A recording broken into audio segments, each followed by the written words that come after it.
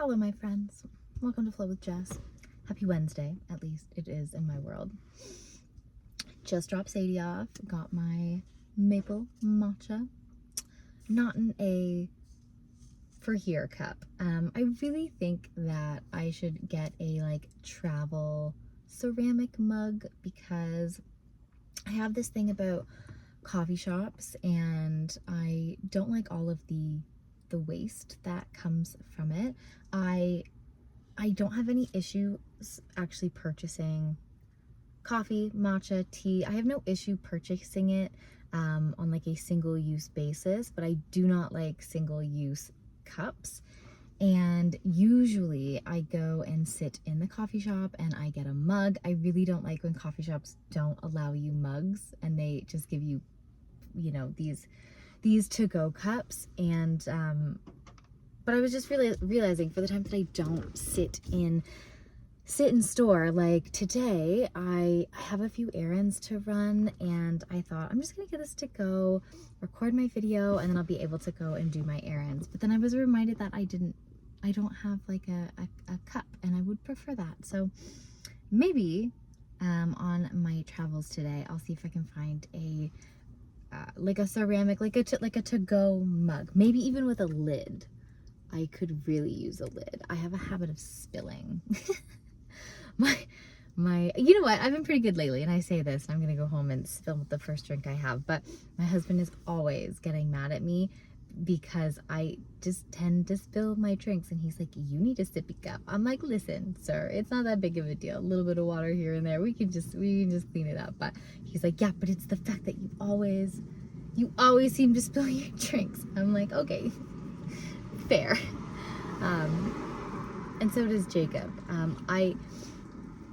We definitely have a differing in parenting styles. I was never really into the sippy cup for Jacob. I always wanted him to use a cup and become proficient in using a cup. And in order to do that, to learn the skill, there's been a lot of spills. And my husband can't handle mess. He's like, why don't you put a lid on that? Why don't you, like, he does not like mess. And I'm like, it's fine, you just clean it up. And I would rather learn the skill, through trial and error than force this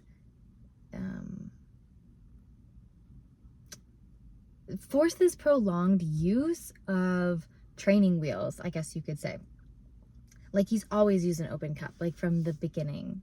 And I don't know. I just believe that I would rather him like learn the skill than having to have these training wheels just so that I don't have to clean up some water 12 times a day. Not 12 times, but it just doesn't seem like a huge deal to me.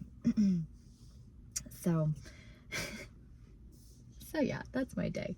That's what's going on in my world. If you were here yesterday, I had this little story about how I was about to go into meetings at work with my boss and my entire division, I guess you could say. And so my little update on that is that I did have an opportunity to basically ask for another job. Now, my meeting got cut short because he was wrapped up in another meeting for like an extra 20 minutes. So I only got like 10 minutes of his time, and then he was like, we got to go to this other meeting. I was like, fine. That's fine. But it felt really cool to actually ask. And there was like this interesting, and I've been trying to think about it, and I don't know how to decode it, but there was this interesting like smile smirk that he had when I basically like asked him for to create this role for me that crossed divisions. And I have no idea what his thoughts are on it, but I was thinking maybe this is a good thing that he gets the idea from me that I'm interested in more, and I want this growth, I want this development.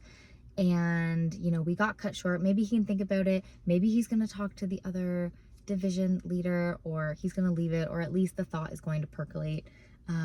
Who knows? I don't know what's going to come of it, but I was happy that I just said it. And I hope that these meetings are supposed to be quite regular, so hopefully next week he comes back to the table and is like, okay, I've thought about it, here's what I think.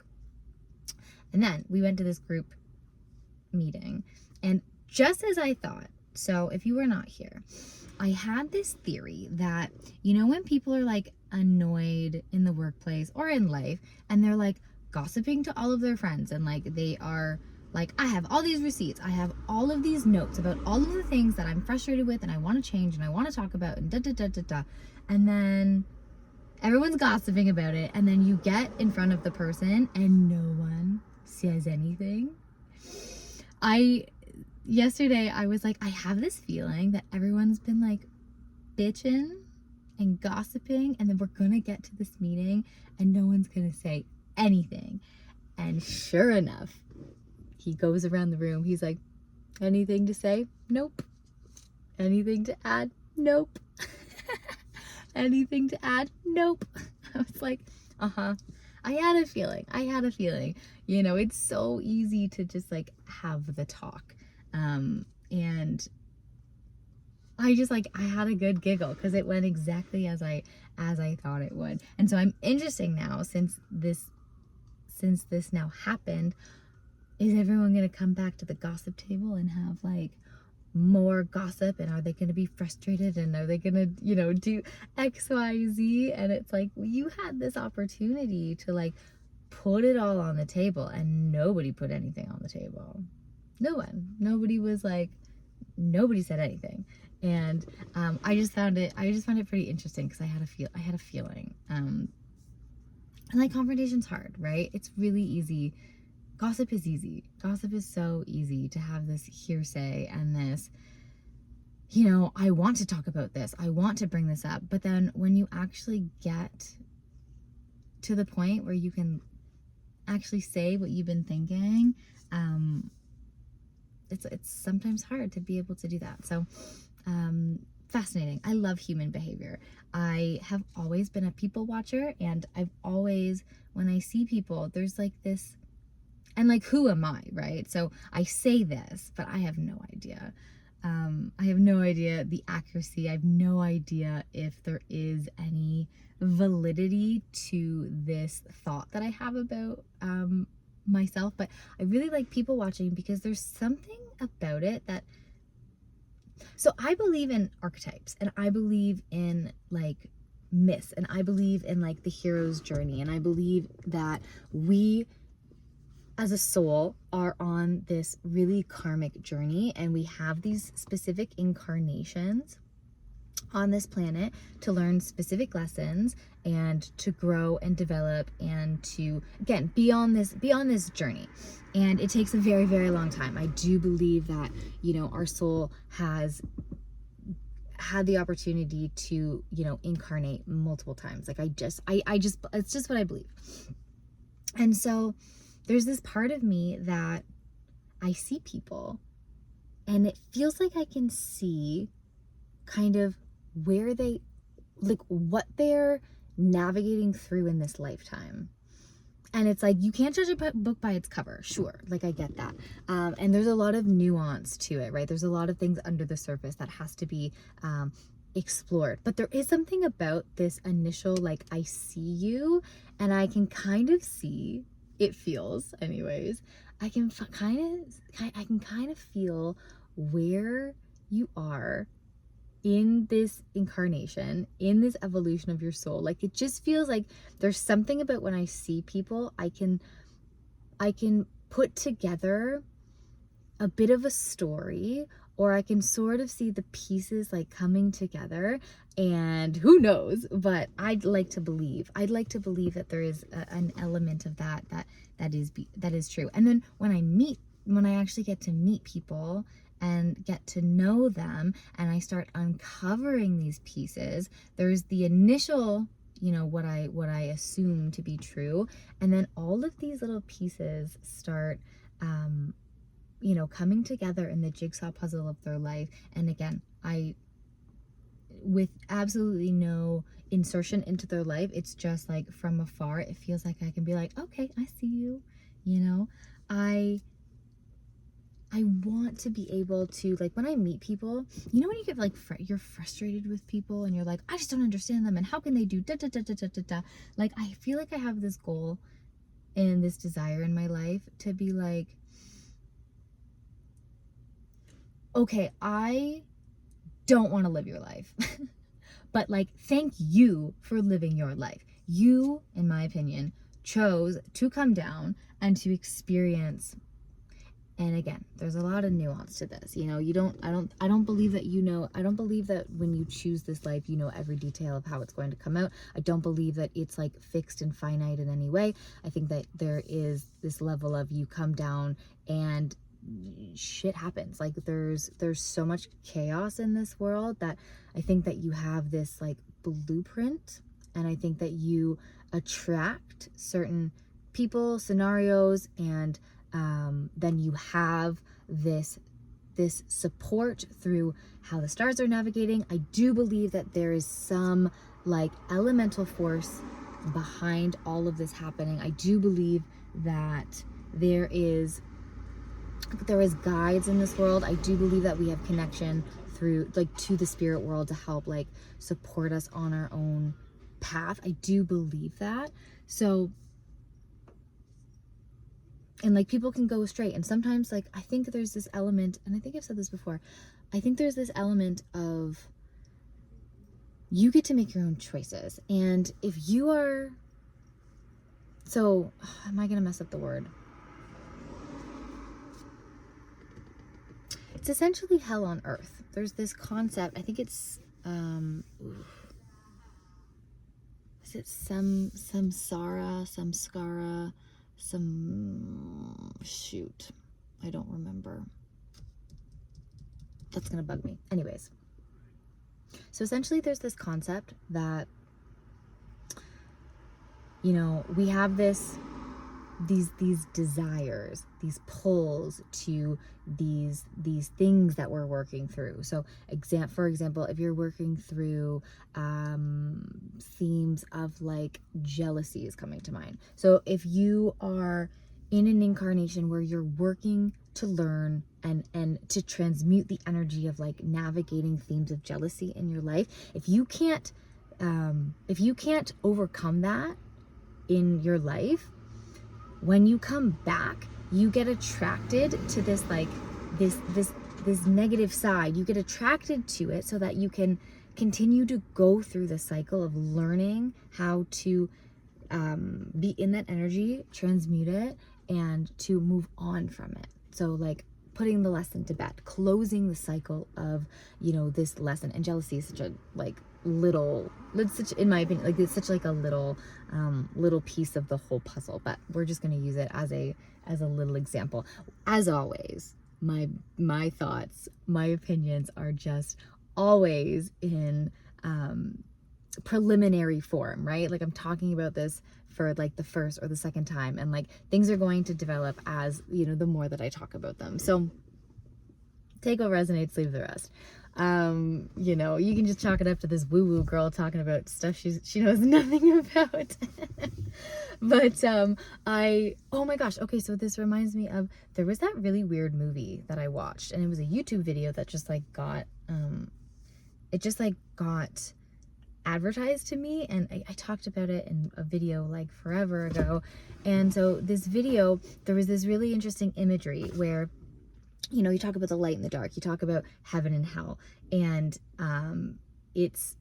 what it showed is basically evil comes up, so you incarnate, and then the evil overtakes, and you do the bad things, you know, you get pulled into the earthly desires, you do the things that are not on the best, are not part of your overall best interest, like you're not doing the work necessarily, and that's okay. Like I think the cool thing about the concept of having these lifetimes is that I think that you can choose a slow path, you can choose a fast path, and everybody, I think, especially in the beginning, it's like you are completely brand new. And so you have no idea. So you get pulled in all of these different directions. But I think the soul needs that. I think that the soul needs to be able to experience everything that this world has to offer. But in the beginning, you get to do all the great, you know, there's the bad stuff. There's the bad stuff that you do in the beginning, and it's not right, but it's part of the soul's evolution, in my opinion. Like you learn the lessons of those things, and you have the karma that is associated with the bad things. And then because you don't get very, very far in certain parts of your evolution.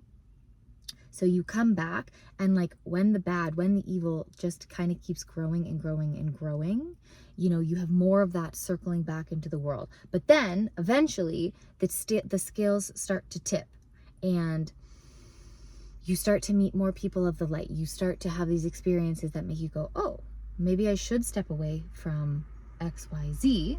Maybe I should move in this direction. And then you start to notice that you attract more people that are also doing those things, and they are more of the light. And so essentially this movie was depicting, you know, like when you come down, it's like the more evil attracts the evil, the more light attracts the light. And when in your soul's journey, you start to tip the scales where you're not just operating from a super animalistic, desire-based reality, and you are starting to think about, you know, the levels of consciousness and the connection with the spirit realm, and you get to see things as nature-based and high. Like there's all this language that I do not claim to understand.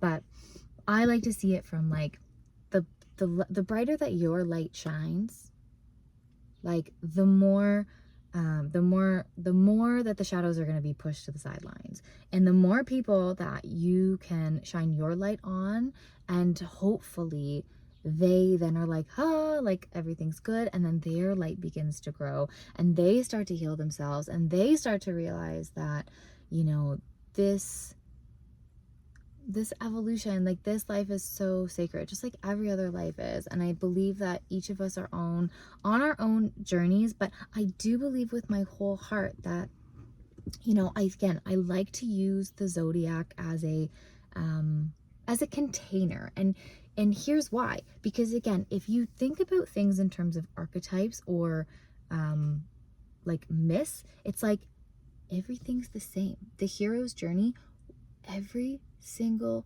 dang person goes through the exact same thing, no matter what. Everyone always receives the call. Always.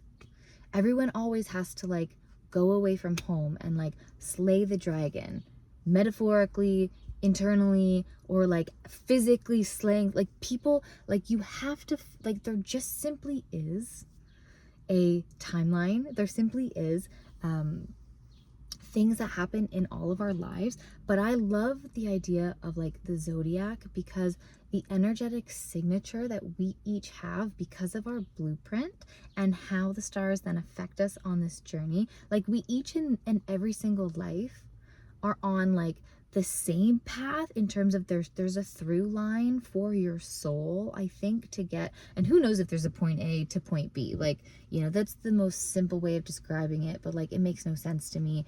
You know, you can think about the infinity symbol, but then it's like, what does that even mean? Like, so who knows? I have no idea. But I have to like hold on to something. And for me, the idea that there's a through line from, you know, my life right now, so there is the birth to death, but then to think that there's also a line between past lives, which I don't remember any of them, but like it's cool to think that on some level that like the essence that is my being, the soul, like it feels like there's some inner knowing, there's some inner wisdom, it feels like there's some ancestral connection, it feels like there's this magic, and I don't know how to describe it except for pure magic. And when you tune yourself into that, are you kidding yourself? Maybe, but who cares if you are? To believe that there is magic means that it comes into your world. And like, I just simply want to live in a world where beautiful things happen to me. And even when really, really hard things happen, to be able to hold on to the hope and the knowing that this is happening not to me, but for my soul's evolution, just to experience what it is like to be in the human condition and to experience all there is to have in this world, because you can't have the light without the dark. You can't understand the good and the beauty without seeing the devastation and the darkness, and then choosing to say, this is not what I want. This is not what I want for the world. This is not what I want for myself. This is not what I want this reality to look like. And therefore, I believe that we have this opportunity to co-create together, and us as individuals have this responsibility, this duty to ourselves to choose the light as much as we can. Choose the light as much as we can, and to realize that this is like super special, and to realize that it is okay to change. It is okay to evolve. It is okay to make mistakes and to learn lessons, but to trust that we're here for a reason, and that this is very important. And there's something deeper than just like life and death. There's something more than just coming to this planet once and just like doing this dance just for the heck of it, and like that's it. It like maybe we've made this all up, but it just is so interesting that over the millennia of the human, symbols have remained the same through cultures across the world. There's been no communication for time, but like every single culture throughout time has had the same stories of the same people, and the imagery is the same, the messaging is the same. And it's like, how? If this is just, we do this once, we just do this once, you know, and that's that, then why has the snake meant what, you know, like how has the snake stayed this symbolic representation throughout all of time and space across the world? Like it just, in my opinion, it wouldn't. There wouldn't be a through line of these symbols. There wouldn't be the same myth. There wouldn't be the same stories that people tell for generations and generations and generations throughout time. Like there just wouldn't be. It just can't be a coincidence, in my opinion. And that's what I like about thinking about the archetypes and thinking about our journey being a hero's journey, is that there's something to hold on to when you're going through, especially really, really tough moments, to say, okay, like, where am I in this path? What is the lesson that I am learning? Am I embodying the archetype of the orphan? Am I embodying the sage? Am I embodying the caretaker? Like, where am I in this current part of my life? How can I then see what's happening to me as part of the journey? And how do I then, you know, move through it with the energy that's available to me and like cycle up? So I also have this belief that, you know, I don't think we just go through things once. I think that things come back and they evolve with us. And I think that there's themes that are going to be present in your entire life. And I do believe that you put things to bed. Like, I think that there are themes in your life that you've been navigating for a very, very long time, and eventually you learn it and you're done. But I think it's a process for most of the time, and there's still an element of like, okay, you navigate it, you kind of mess it up, and then it goes away for a little bit, and then it comes back around and you're like, oh yeah, like I recognize this energetic signature. I understand this feeling now. Like I see what's happening. How can I navigate this energy a little bit differently to hopefully create a better outcome? So then you navigate it and then it goes away for a little bit, and then it just keeps coming back, and eventually, if you learn how to fully navigate it in the way that, you know, your hero's journey requires, then you put that to bed and you move on. And what a beautiful thing. What a beautiful thing. Has anyone read The Hero's Journey by Joseph Campbell, or any of Joseph Campbell's work? He does a lot with myth and archetypes. But it's a fascinating way to look at the world.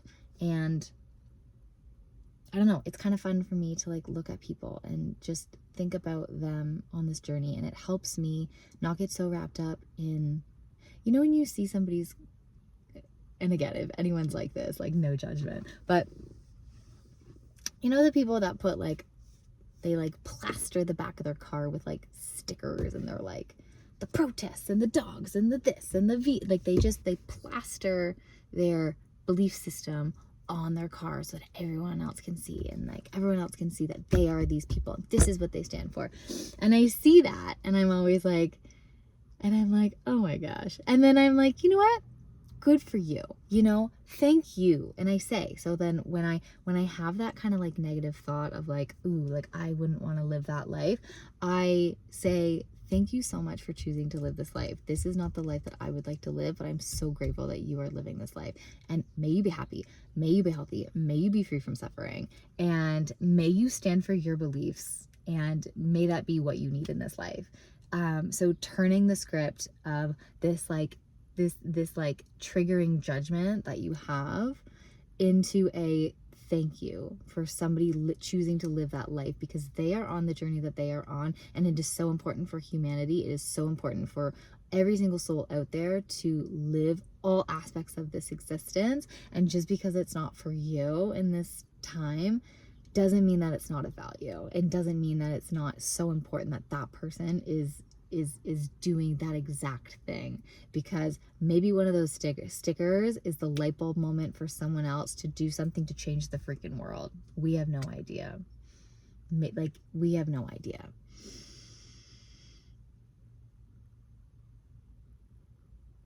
I think about all the kids, you know, and again, part of the journey, but if we could just get ahead of it by one generation, if we could get ahead of something by just one generation, this world would be so much of a better place. But I think of all the, you know, the kids that get yelled at for singing, or, you know, the kids told that they have to be careful or they have to do whatever. And like all of these things that we subconsciously do and like put on our children that will actually impact them until their adulthood. And it's like, if it takes them an extra 20 years to learn, to use their voice, can you imagine what their life would have been like? Can you imagine if us as parents, us as adults could, you know, ensure that every single child of the next generation doesn't have to go through the bullshit, and then they can just start their life off right away from childhood knowing that they can use their voice, and they have bodily autonomy, and you know, they can use cups without lids, and it's okay, we just get a cloth and we clean it up, instead of yelling at them for making mistakes and treating them like that. And like, can you imagine if like it just like the things that we could do in one generation, you know, reducing the intergenerational trauma. And it's like, it's a tall order. Like we all have our own stuff we have to work through. Like, I've yelled at Jacob. I've been not proud, absolutely not proud of my actions. And it's really tough to do it, because you have to work through your own stuff. But like, I think the point is that you keep doing it, and that you have the opportunity to like make these changes. And it starts with you. And then if you get the opportunity to, and it doesn't even have to be children, right? If you meet somebody in this world and they've been afraid to use their voice, and you say, oh my gosh, like your words are so important, like you are making a shift in someone's life. And that person, if they take that to heart, if they change the subconscious programming that has happened in their brain, and if they have gone their entire life knowing that their voice doesn't matter, and then somebody shifts that, you have made such a change in this world. And so yeah, if you ever get that intuitive hit to tell somebody that they matter and they're important and they're doing really good work with the way that they are doing, take that opportunity every single time. I can't believe I'm just, you know me. What's my hashtag? Girl crying. Oh, I'm like trying to not get so emotional all the time, but like this is just important stuff. And you know, I just feel it all. Anyways, I'm gonna get going. It's been 30 minutes. I'm gonna get on with my journey. So thank you so much for being here, for listening, and have the most beautiful day. And I look forward to seeing you very, very soon.